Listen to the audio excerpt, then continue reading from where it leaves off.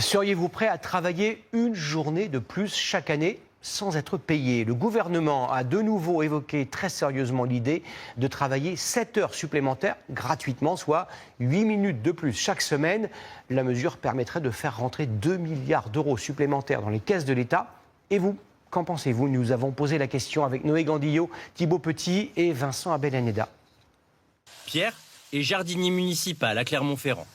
Un emploi manuel en extérieur.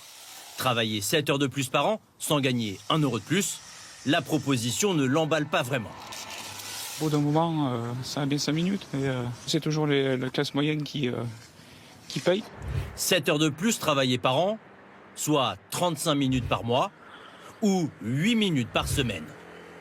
Pour ce patron de PME, la mesure est techniquement impossible à mettre en place. Faire travailler tout le monde 8 minutes de plus par semaine, ça n'a pas vraiment de sens opérationnel. On n'a pas de badgeuse, donc les gens ne vont pas venir partir à 7h ou à 7h08, ça n'a aucun sens. Ces salariés, eux, ne verraient même pas la différence. Ça n'impacterait pas beaucoup mon organisation au quotidien, parce que mon travail dans cette entreprise n'est pas pénible. Mais pour les autres postes, je pense que c'est différent.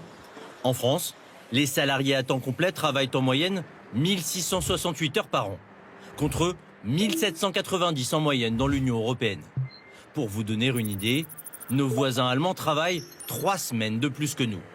Selon le gouvernement, travailler 7 heures de plus permettrait de rapporter 2 milliards d'euros par an à la sécurité sociale, notamment pour financer nos EHPAD. Mais ce chiffre est-il garanti ?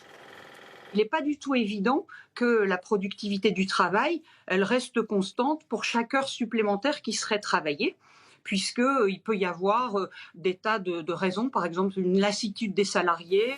Pour l'heure, cette mesure est une piste de travail du gouvernement. Reste à convaincre les partenaires sociaux et les parlementaires.